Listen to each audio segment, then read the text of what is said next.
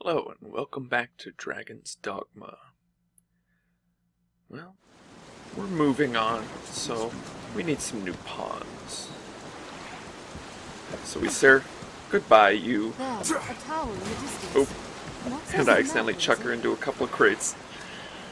It was clumsy. Take care, you aren't soaked in water. Sail on. Yes. Now, we'll be picking up new pawns. We're going on an adventure. But first, I find my twin. That's the full set of Griffic armor, along with the cloak. And we pick up I am honored to travel with you. an alternative-looking pawn named Silver, and a wonderful strider named Hobag. I am honored to travel with you. Yes, they will serve with honor. And today, we're going to get the Griffin. Here now, a warrior such as yourself seeks always finer weapons, yeah? If you aid me in a small matter, you shall have access to weapons both fearsome and powerful. What do you say? Oh ho! Excellent. So, have you heard tell of the master weaponsmith in these parts? His talent is without measure, but he's stubborn as a plough beast and sells only to a chosen circle of clients. To such patrons, he gifts an idol to make his favour known. I must gain such an icon and access to his wares no matter what the cost. It's often been said you possess a talent for discovery. Secure me a figurine, and I shall provide weapons the likes of which you have never dreamed. What say you? Will you help? The master works all, you can't go wrong. Come These again. are the idol quests, and the gold, silver, and bronze idols can all be turned in. Hail, Arisen, looking dour as ever, I see. I've a proposal that might put some cheer in those cheeks. Will you hear me? Wow, I Well, have it's to. like this. A peddler is only as good as her suppliers. For my own part, being both clever and beautiful, I've little trouble keeping an inventory. But contentment leads to failure, so I seek new weaponsmiths to supply my shop. I have a certain one in mind, a man of singular talent, but caustic temperament. Much as you, in truth. The smith refuses audience with all but select clients. And upon such clients he bestows an idol, so as to prove his favor. If I can recover such a figurine, I would have singular right to peddle his wares in these parts. There is no cost I will not bear to gain this icon. So what say you, Arisen? Will you retrieve an idol for me? Now, This is a job all three most suited to your idols talents. I pray you will not unlock fail me in it. varying levels of equipment in their You'll shops. find naught but the finest wares here. And here to kill a beast, you must become a beast. So I gear up in a bit of savage gear. Magic, at its heart, is the transmutation of the user's mind into a physical force. Its use requires a medium, namely the mage's own flesh.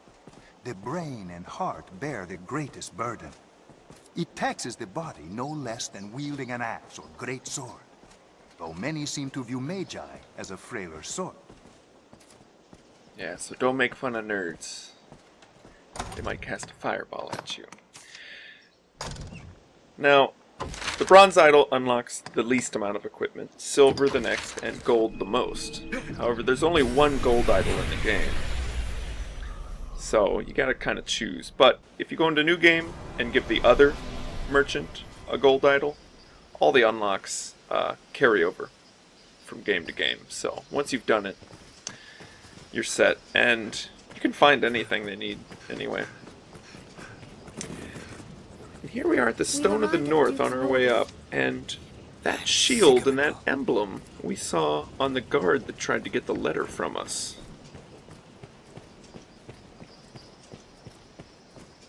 Even the dragon's coming is not enough to unite men's hearts as one. Grand Sorin guards. So Welcome, sir. Though I fear this place affords little hospitality. How do you find playing the role of Arisen, sir? Ah, but I misspeak.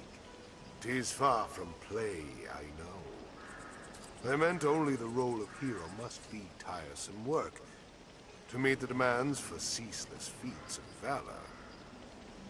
I may have one such task to offer, if you've the time and inclination. Well, sir?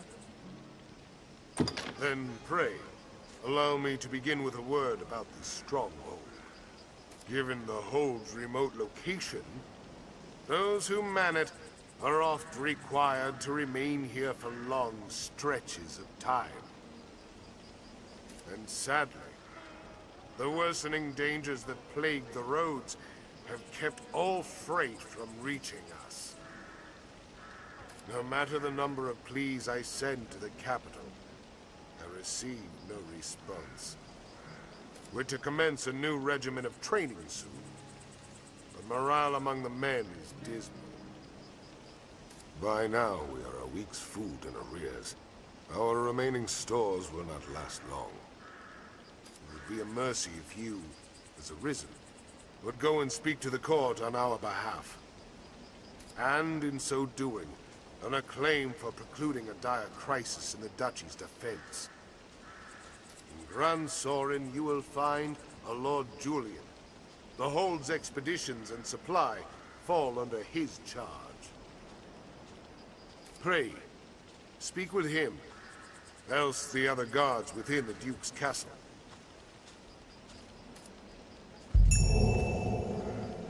Pray, make for the Duke's castle and see that Lord Julian hears of our supply woes. If he cannot be found, any of the men of the castle will suffice. We need food, sir. 1 week's worth.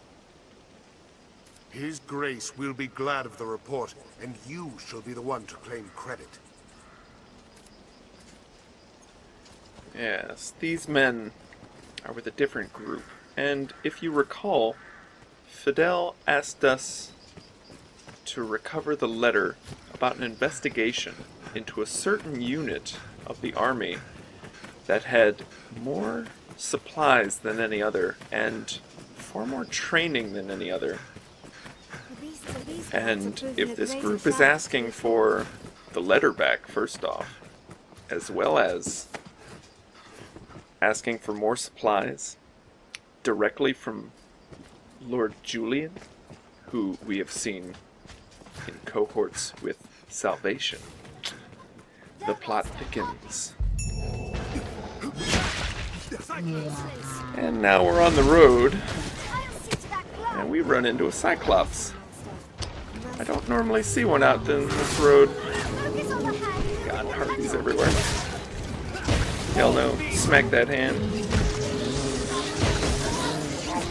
Love it. When warriors climb onto a monster, they just bash them with the hilt. Just pommel bash forever. This poor Cyclops just getting manhandled.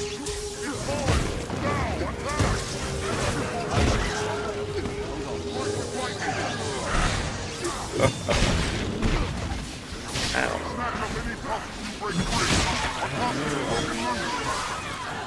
I love it. See the tusks fall right off. Man, that had to hurt. That can't be comfortable. Now, we're headed to the Tower of the Blue Moon, and that is far, far to the northeast. The path diverges. Further north, we run into this cliff edge. We're finally at the northern edge, and there's a castle over there. It's the Duke's Manse, I believe. The manor. We'll find it later.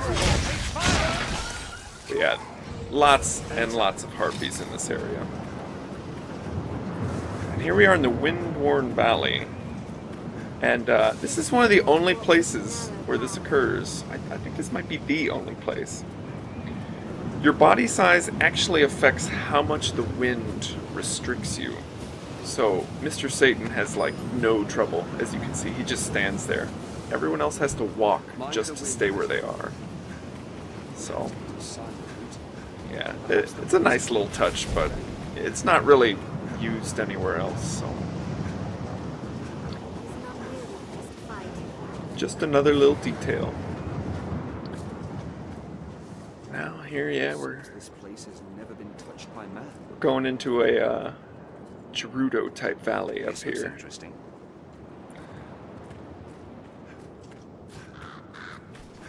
Lots of good herbs and stuff here. Lots of good combinables that you can find out this way. The soil here is unique. We may find aught new plants from There's my ladder blade, something catapult, blade catapult. I can't remember the name of it. There are two skills like that. There's one for shield, where you catapult them up, and one for long swords. And that was a boulder. But those skills are very useful for flying enemies, because if it's a large creature, if you launch someone, or if your pawns launch you, and you come into contact with a large monster, you will automatically grab onto it.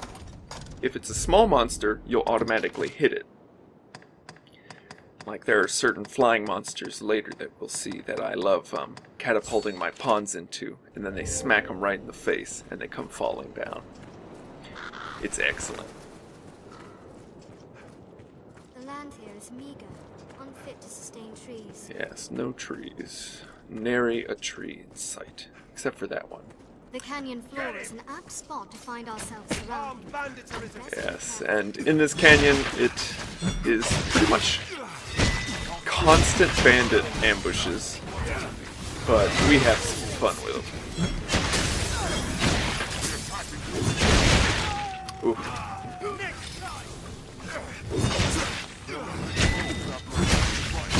Oh, so brutal.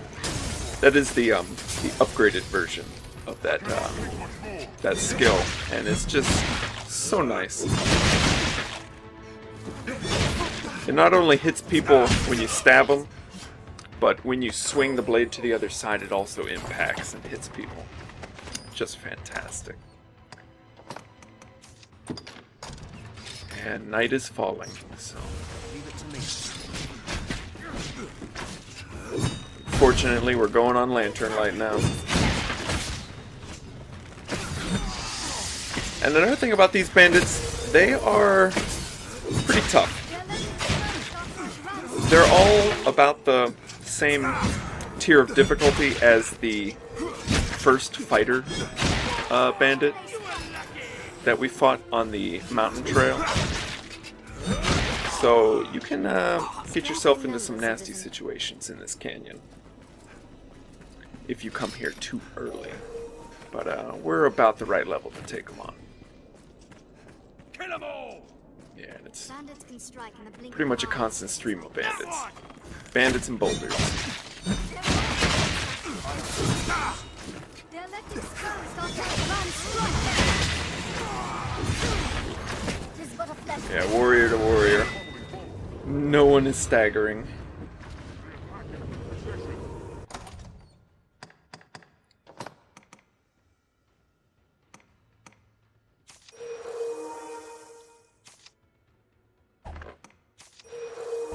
I use some spring water to help everybody out.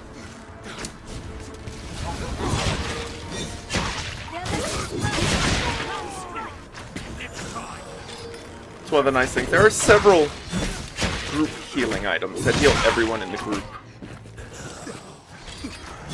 They are, as you would expect, far more valuable and a little harder to come by than regular healing items.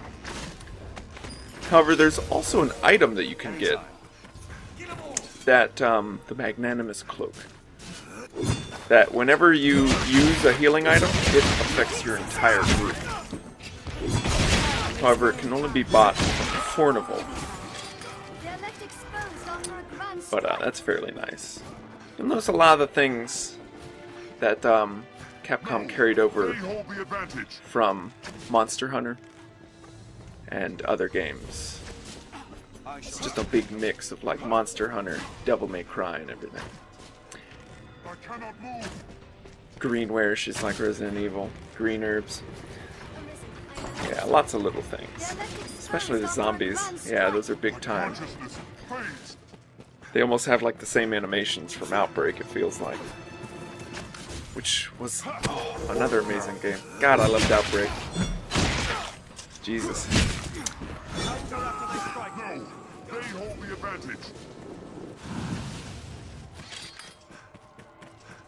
I shall restore your health. Hold on. Yeah, coming up here. Nice open area, and we see ballistas hanging out too. This is somewhat of an arena. Oh, and of course harpies.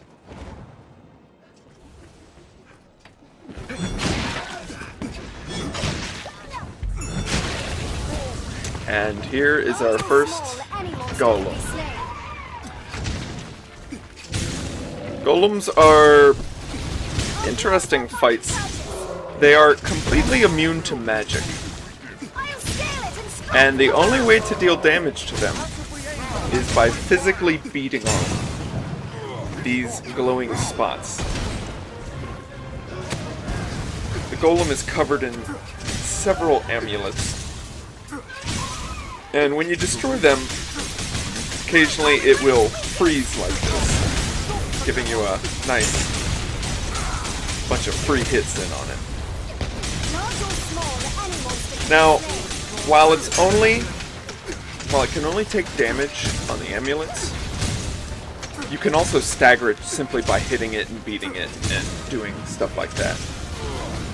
After it's frozen, it will begin to glow, and you will want to run at that point, because, as you can see, it blew Hobag right off. It is now enraged, and it will move much faster than normal. Yeah, once they enrage, they freak out. And you don't want to be around. Now, most of the time, the golem will simply try and punch things and stomp around. However, it does have a couple other moves. One of them is that big explosion that it does when it reactivates. Get up on the ballista, and we're gonna see his other move coming up here. Ballista's okay for a golem fight, but they move so fast most of the time. As you can see there, you can knock them over and stun them, even if you don't hit a weak spot. Yeah, it's somewhat okay. When you're fighting a golem, you don't want mages. Like, I once fought a golem as a solid mage team, and it ended up with us just crawling on him, beating him with our sticks. It was not pleasant.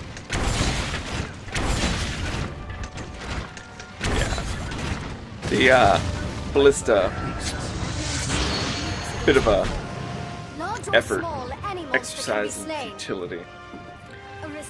Now here's its other move. Oh. Yeah, it does a hop.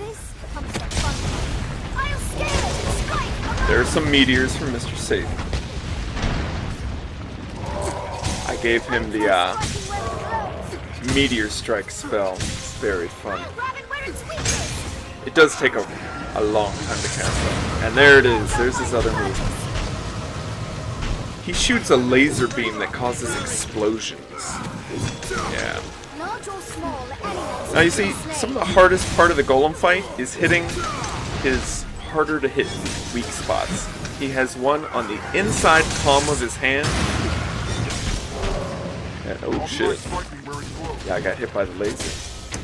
One of them is on the inside palm of his right hand, and the other one is on the bottom of his left foot, which is almost impossible to hit unless he's knocked over.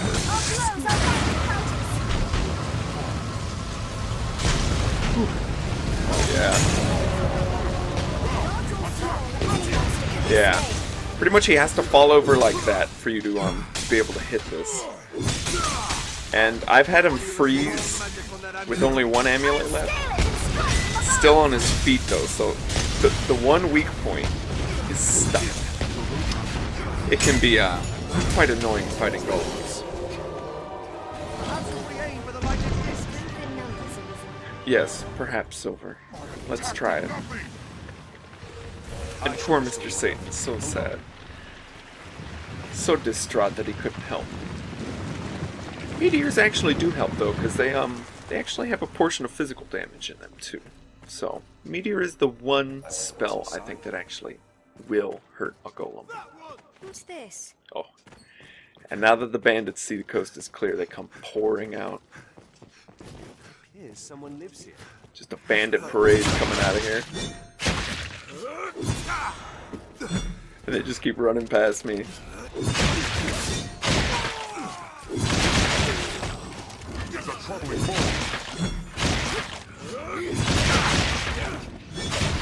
Come on, Hobag, get him.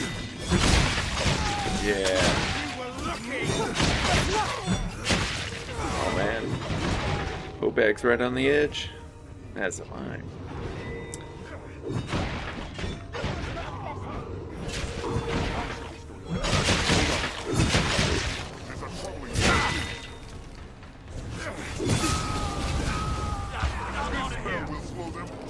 That's the one thing about the bandits. They don't have the knockback that other monsters do. So you don't quite notice that you're taking as much damage as you are. Because they kind of whittle you away with little hits. Typically with big monsters, you get beaten and you get shoved all around. But, so you know you're getting hit and taking damage. With bandits, they can whittle you away without you really noticing.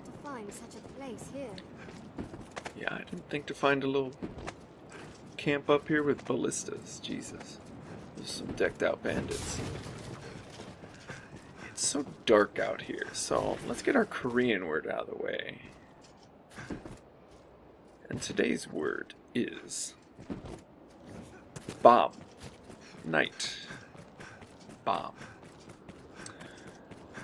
And the nights are always dark in Grand Soren. Or, wait, Grancis. Grand Soren is the city, and Grancis is the territory. Or the duchy. One thing was covered. The Duke. Duke is pretty stressed out about this. And, as we saw when we visited the Duchess, he's having episodes where he is not of his right mind. Now, we will find out exactly what the Duke intended to do later, but, ooh, so good. But until then, Duke is just acting wonky.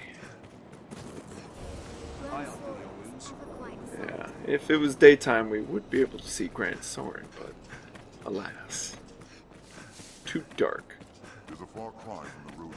Normally at night, you can see Grand Soren if you're on the west side, because you see all the lights of the city on the walls of the Duke's Keep, but from this side, we're looking into it through the Duke's Keep, which is at the top level, so nothing. Down in these cells here, you need, well, it's full of skeletons. And as well, the doors only open for skeleton keys. This is one of the other uses for the skeleton keys. Get a hold of some loot.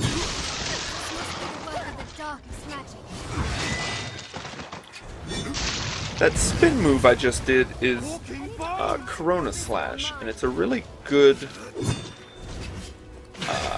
crowd control skill. Because, well, unless they're knights or warriors, typically everything around you gets sucked in towards you, as well as knocked down onto the ground, so pretty effective at keeping everything under control.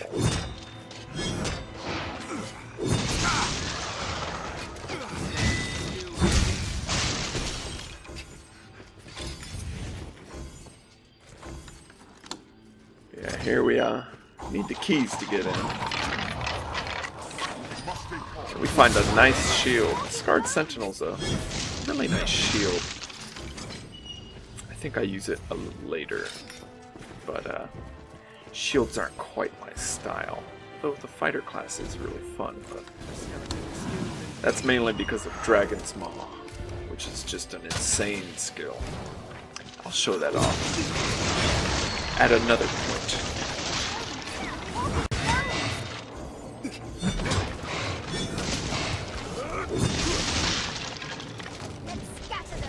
Yeah. Oof. Jeez, point blank. Bandits can strike in the That's blink of cold, an eye Hobag. on places like this. We have triumphed. And here we find the airtight flasks. They have become more rare since Dark Arisen. You used to be able to buy as many as you wanted from a vendor in town, but they since removed that, and you can only get them by picking them up. And they're valuable to keep items from decaying. So they keep consumables from decaying, which is really useful. But now you can only find them in the world and pick them up. So you've got to kind of be careful with them. You also need them for certain quests. And more bone warriors pop up, so I say, yeah, fuck that. The tower's right in sight, so let's just run for it.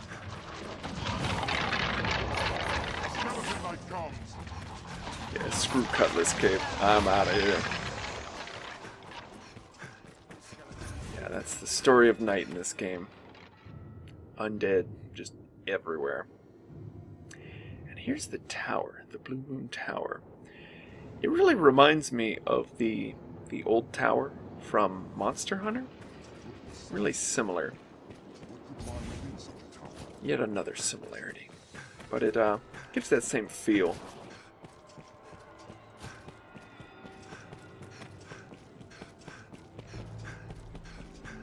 And with that, we've made it to the Griffin's nest.